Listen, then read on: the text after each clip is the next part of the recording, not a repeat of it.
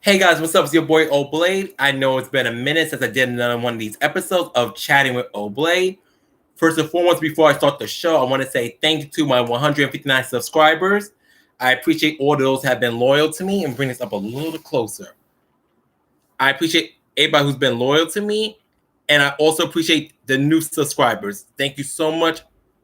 Without you guys, I wouldn't continue doing this. Thank you so much. But now, anyways, let's get started with the topics I want to talk about. First, I want to talk about AEW. I just got done watching not too long ago, and it was a fantastic episode. I only got to see the second hour, though, because the first hour I watched Dancing with... No, not that's wrong. I watched The Masked Singer with my friend Aliza and Miss Anna. But I saw the second hour AEW, and it was so good. The favorite thing I enjoyed about AEW tonight, though, was Brit Baker. It was nice to see her return. I know she had that match with Big Swole in the last AEW pay-per-view, which I didn't really care for too much. But, man, Brit Baker was so amazing tonight against Red Velvet. It's like she didn't miss a step. Honestly, if you did not know better, Brit Baker wrestled as if she never was injured. She was absolutely amazing because you know how it is when someone gets injured. Because for those who don't know, a couple months back, Brit Baker was in a fatal four-way with Nyla Rose, Chris Statlander, and Hikaru Shida, the current AEW Women's Champion. And accidentally, she got injured in that match, and she was out for a while. And Brit tonight, though, she wrestled her ass off. It was absolutely amazing to see Brit Baker in action, and I'm glad she's back because honestly, she's a phenomenal mic, and her wrestling skills have gotten a lot better since AEW began. And she's one of the best female heels. Honestly, one of the best heels on AEW in general. It was so good seeing her. And the main event between Jon Moxley and The Butcher was amazing as well. But I must say, Brit Baker versus Red Velvet was my favorite match of the night. Now I want to move on. Before I get on tonight's episode, I got one current view right now. Thanks for watching. And I want to say this. I don't mind comments in this section. Obviously, I love them and I appreciate them. But what I'm trying to do from now on with Chatting with Old Blade is to respond to comments like when I'm about to end the show, not during the show, so I don't get off topic. Okay, now the first topic I want to discuss. As you guys know, Tyler Posey, the actor from Teen Wolf, made an Onlyfans. And, you know, first of all, I want to say this. I support sex workers. Hell, I even subscribe to a couple of people on Onlyfans, but the one I have. So, and I love my bar. I love my non-safe for work stuff. Of course, my private time, not on here necessarily. You know, you guys see some of my thumbnails are actually from those kind of things. But, so I have no problem with OnlyFans people. However, I also get what some people have been saying about celebrities and people who have money making OnlyFans. Because for those who don't know the story behind OnlyFans, prior to sex workers making OnlyFans the thing that it is today, it was just a knockoff Patreon. And OnlyFans struggled until people who use it to sell news and whatever made OnlyFans big. And now you saw at the beginning, you really saw people like D-list, like Safari and Erica Mena make OnlyFans. People really didn't care. Actually, I know a couple gay guys who are excited when Safari made his OnlyFans. But once people like Cardi B, you know, I never heard nothing bad about Cardi B's OnlyFans. And I know her thing like it's $5. I think she just does it for her, like have more cool moments with her true fan base. I never heard nothing bad about OnlyFans from a celebrity until Bella Thorne. Once Bella Thorne scammed a bunch of people, had them pay like $100 to see her naked, and ended up paying that $100. She was just in lingerie, which pissed off tons of people, forcing OnlyFans to refund everybody she lied to, and which affected a lot of sex workers. Because now OnlyFans used to pay people every week. After the whole Bella Thorne situation, they have paid people every month now, which I know hurts so many people on OnlyFans, and I do feel bad for them because imagine knowing your money came to at the end of each week. Guaranteed, now you gotta wait a whole month to get your money because some bitch decided to scam a bunch of horny dogs. And first of all, I'm sorry, no one's worth $100 nudes. Maybe Beyonce, but no one's worth $100 nudes. And for you guys to pay that kind of money, and for her to charge that kind of money, and just to trick people was messed up. And her actions really hurt. You know, those people got their money back because OnlyFans did refund those people. They had to. They were scammed. it sucks that her actions affect a lot of the workers. Now I heard some people say that they still get their things every week, but I heard people say they don't get their money to the end of the month. So you never know which one is true exactly. But that whole Bella Thorne situation, they put like a sour taste in people's mouths. So now people are like, why does Tyler Posey have an OnlyFans? Isn't he the guy from Teen Wolf? And I'm going to say this. Well, yes, to me, if you have money, why do you need an OnlyFans? Mind you, OnlyFans, it's known for explicit content. You could use OnlyFans for gaming, art, music, cooking. Even though you're going to do that, you might as well get Patreon, Twitch, or YouTube like I'm doing.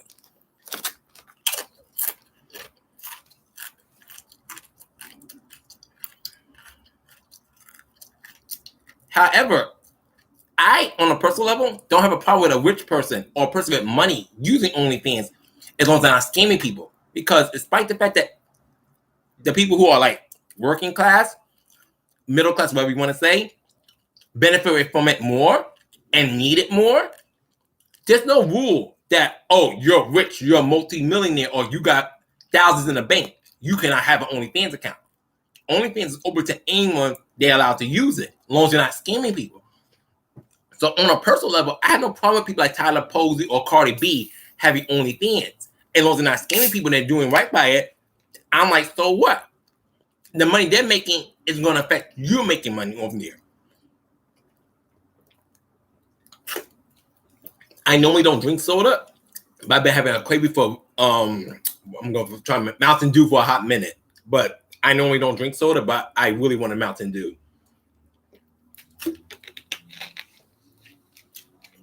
So on an honest opinion, I don't have an issue with celebrities making OnlyFans account as long as you're not scamming nobody. There's no golden rule that says, oh, you have money, you don't need OnlyFans. Why do you need to make an OnlyFans? Yes, while people who are like probably working a 9-to-5 job need it more, people who have money shouldn't feel like they can't make an OnlyFans. That's just my take on the situation. So I have no problem with anyone has an OnlyFans as long as you're the legal age. Excuse me, you're not scamming people. And that's about it. And you make decent content worth subscribing to. You're not charging people arm and leg for bullshit.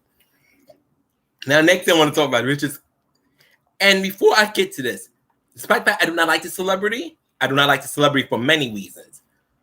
Being robbed is not fun. Someone who's has experience being robbed before, being robbed is not fun at all, especially for someone who's as close to you. It's not. However, this person is I don't care for this person. Before I get really nasty with my tongue, I don't care for this person. But if this, I'm going to say allegedly because this is what it's been confirmed on Instagram and on, I think, Snapchat, that Jeffree Star, the multi-millionaire makeup guy, his boyfriend, I'm going to have to write that his boyfriend's name real quick. Andre Marford, which is like a former basketball player, had robbed Jeffree Star because they broke up recently. And while Andre Marford was on Snapchat just talking to people, Jeffree Star commented on it like, oh, you have my stuff. You stole my stuff. You won't answer your phone. Answer your phone. Give me my shit back, you scumbag. And just belittling him.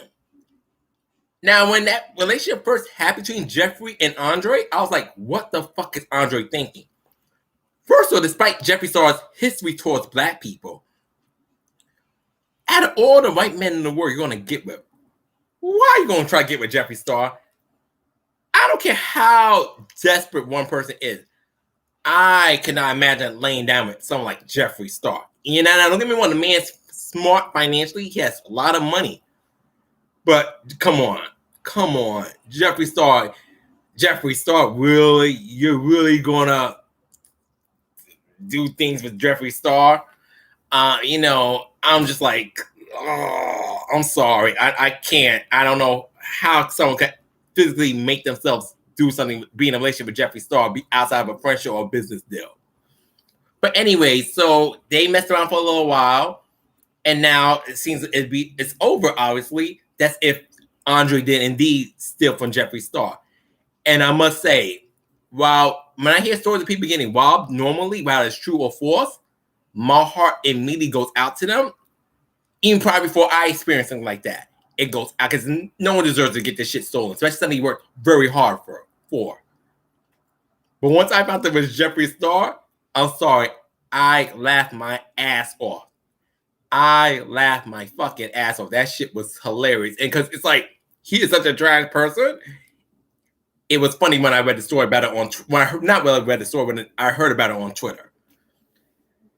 And plus the LSA comment section talking about the situation has me rolling. And so I found that situation very funny. And now, you know, at the end of the day, I don't agree with Andre robbing Jeffree no matter what, because at the end of the day, that's not cool. If you go and break off for somebody, just break it off, walk away. Don't steal the man's shit. He worked hard for it. But because it was Jeffree Star, it's like morally, yeah, I felt bad. But because who it was, who got allegedly robbed, I didn't give a rat's ass. I love parties, man. Okay, now next I want to talk about a little bit of Tekken 7 Season 4. Now, last week, Kunimitsu was revealed as one of the 2 characters for Season 4. And I must say, while I'm not a big Kunimitsu person, I never was. I found her very boring. I'm very happy that she is back because a lot of my friends on Twitter and some on Facebook are huge fans of the character. Now, even though some of them were upset because they wanted the original Kunimitsu to be playable. However, in Tekken 7 Season 4, it's going to be her daughter instead.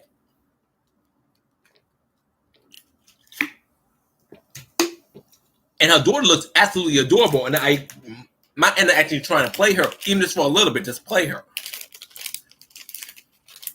But I must say, even though it's getting more unlikely by each passing day, I would love to see Christy Montero come back in Tekken 7 Season 4.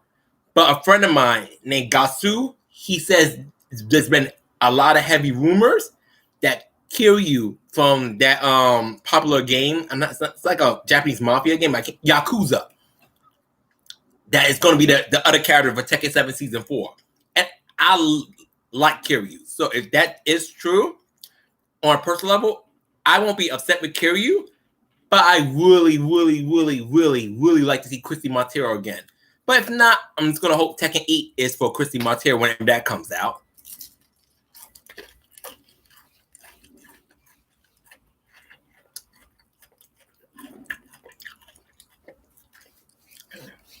Sorry, guys. It's just my thing. I like to snack when I'm doing these lives nowadays. It's just so boring to go live, for me anyways, about snacking. So, honestly, Kunimitsu is great. The stage the Vermilion stage that she comes with looks fantastic. It's the best looking stage I've seen in Tekken in a long time. And I love the Fakumon stage. Don't care for the music necessarily, but I like the stage. But I really hope by some miracle that Christy Montero does come back. But if Kiryu is indeed the second character, as my friend was telling me, I'll be cool with that. But now the next thing I want to speak about, and this is from a really unpopular game. You know, I've been playing it a lot, and even upload some videos on my channel. It's called Ages of Mayhem. It came out in 2017. And I remember seeing the trailers and stuff for it. I'm like, oh, I'm going to try this because I like Saints Row. It's a spin-off game from Saints Row. However, my mind got really preoccupied, and I forgot about it. And I just continued playing again. I've been playing prior. So now we're like towards the end of 2020. And, you know, while I had my old account that before I got suspended by some a-holes, I saw that the game was on sale for like $4. I'm like, my head, you know, and I've been saying on my channel, I want to try other games besides fighting games because fighting games is just such a comfort to me. And I really want to step out my comfort zone with video games. So I know this is $4. If the game sucks or it's too hard for me, it's just $4. I'm not going to cry about $4. I spend more on Patreon and Gumroad than I'm going to spend on this damn game. So I'll go for it. And I must say, excuse me, I absolutely regret not playing Ages of Mayhem when it first came out. Because that game is such a fun game. Yeah, it has some cons like the bugs. Like it's very buggy at times. Like it's like I even shown some videos like when I was playing Oni, and he was completely invisible. And early when I was like live streaming, like when I first started playing the game, I was playing as Fortune, and she fell down this damn pit, and for the life of me, I couldn't get out the damn pit. I just kept falling until I failed the mission. But outside of that, Agents of Mayhem is such a fun game. I love Persephone. I love Jewel. I love Hollywood. That's my baby right there. The game is such a fun game. And I seem to like the hate the game got because it wasn't Saints Row. It's such an undeserved. I mean, don't get me wrong. Agents of Mayhem has its shortcomings. And I think its biggest one, it should have been a multiplayer game. It should have been single player, but it's something, a game like that with the kind of characters, the amazing roster they have, except for Wana. Wana is such a boring character to me. The amazing roster it has, Agents of Mayhem should have been multiplayer, not just straight up single player. But outside of that though, Agents of Mayhem was an awesome game. Also, fuck Hammer Smith in that mission we had to deal with the damn poison. I hate that crap. But outside of that, the game was awesome. Also, Ariadne was a much harder boss for me than Dr. Babylon. And I was surprised because I thought Dr. Babylon was going to be harder to beat than Ariadne. But Agents of Mayhem was an awesome game. I was even thinking if the game was a success story, not a failure, unfortunately, how Agents of Mayhem 2 could be. Because the game set up a lot for a sequel. But unfortunately, because the game flopped and it was very talked badly about, the studio who made Agents of Mayhem decided, like, we're not going to do a sequel. This game, people shitted on our product. They spoke poorly about it. So why would we make a sequel? You can even go to Agents of Mayhem's Twitter, and they're on protected, like they're like locked off. Like you actually gotta, you want to subscribe, like follow them, you have to wait to them to confirm your follow instead of just being able to follow them because people left a lot of nasty messages to them. They're like I forgot the word for it right now, but like a secure account. Let me see. Let me pull up real quick what this Agent of Mayhem Twitter looks like.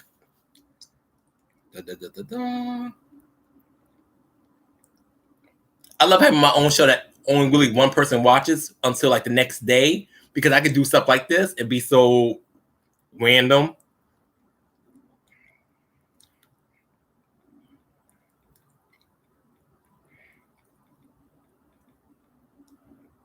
Yeah. Okay, this is it. See, for those who can't, I'm gonna try to spread it out. This is terrible, actually.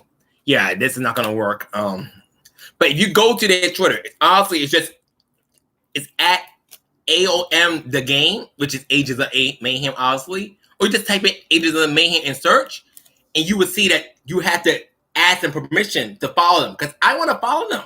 But in my head, like I feel like they're not gonna let me follow them. They probably think I'm a troll and just think I'm there to be negative to them, which I'm not. Because I honestly want to tell them, I really love your game. I love this game so much. I wish I would get a sequel. And speaking of it, I was like playing some ideas. Like basically, for those who haven't played Agents of Mayhem or even looked at the ending, after you defeat Dr. Babylon, you defeat him. Like he's like the last boss of the game. Very anticlimactic, but whatever. This character named I want to say his name is Marcus Longinus confronts Dr. Babylon and gets on him for failing him in Morningstar and the rest of the Legion ministers. And obviously, it's presumed that he kills Dr. Babylon. Persephone tells, because a lot of the game, when you play the game like roam the city and stuff, just doing random side missions, the characters would talk to each other on their little things. And Persephone says to Hardtack, hey, Hardtack, like I can't remember the word for word verbatim, but in the gist of it, she says to Hardtack, after we deal with Dr. Babylon, you want to go after Marcus Longinus. And Hardtack like, hell yeah, I want to get that motherfucker. So, asshole, whatever he said about Marcus. So they were set up for Persephone to go after the rest of Morningstar's people after she dealt with Dr. Babylon. And I would love to see that game get a sequel. Agents of Mayhem, even if they bring back all the agents, even if they focus on like more missions, multiplayer, you know, they have to bring back Hollywood, Kingpin, Safe Word, and Fortune for me to even consider buying it. They can leave out, and also Jewel. Just those top 5 agents must come back. Safe Word, Jewel, Fortune, Hollywood, and Kingpin. If one of those 5 are left out, I'm not supporting Agents of Mayhem game. You could leave out Daisy, you could leave out Red Card, you could leave out Oni, Yeti, Hardtech, but you cannot leave out those 5 I just mentioned before. You definitely leave out Wanna. Please leave out Wanna. I liked her character, did not like her gameplay style. So like I said, I would love to have, like they go after Marcus Longinus, Morningstar. You see them go like New York, California, go to France. No, France actually destroyed because Persephone's husband, after she left Legion, he destroyed Paris, which is Persephone's hometown. Learn more about Persephone. Another thing that really pissed me off about Agents of Mayhem, I wanted to play Persephone. Even like you couldn't play her even on a regular mission, you like had specific Persephone missions. Because I really would like to see how she would have fought on the field. Because let's just keep it 100. Even though she is the leader of Mayhem, you gotta be a fool to think Persephone don't know how to her way around a gun. And she definitely killed people. She even says it in the game that she killed people. I would love to see how she would play, what kind of weapons would she use, and all that stuff. I was actually disappointed that Persephone was not a playable character, even not as DLC. And I also saw a list of other agents that didn't make it to the game, like Sable, Doomsday, and I'm trying to think, and Socket and stuff like that. I was so upset when I seen some of those cool ass agents that didn't make it compared to some of those that did make it. Wanna. So it just, to me, it sucks that the game didn't do well to the masses because honestly, I must say, Agents of Mayhem was a really good game. Does it have a shortcoming? Absolutely. But that game overall is a very playable game. It has very funny, unique characters. A lot of people think they're cheesy. Something to each their own. But I really thought the characters were pretty amazing in Agents of Mayhem. Now, another thing I want to talk about, I'm trying to see.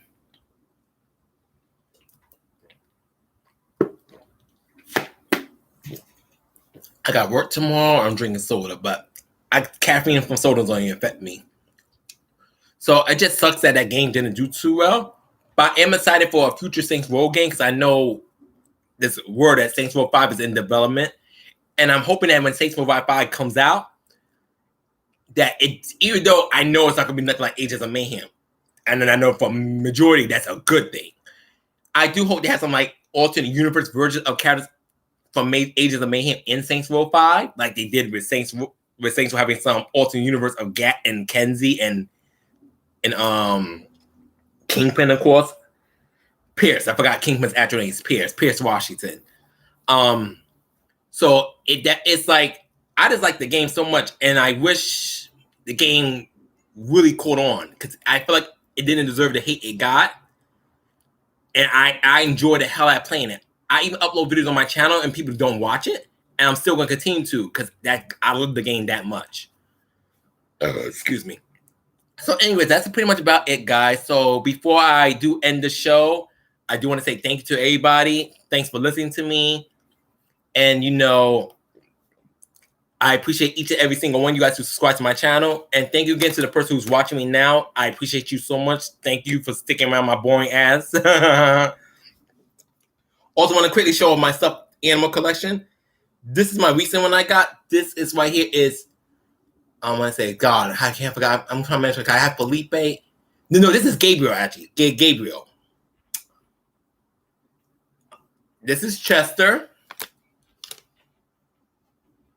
This is Felipe. And lastly, it's my first one, Fernando.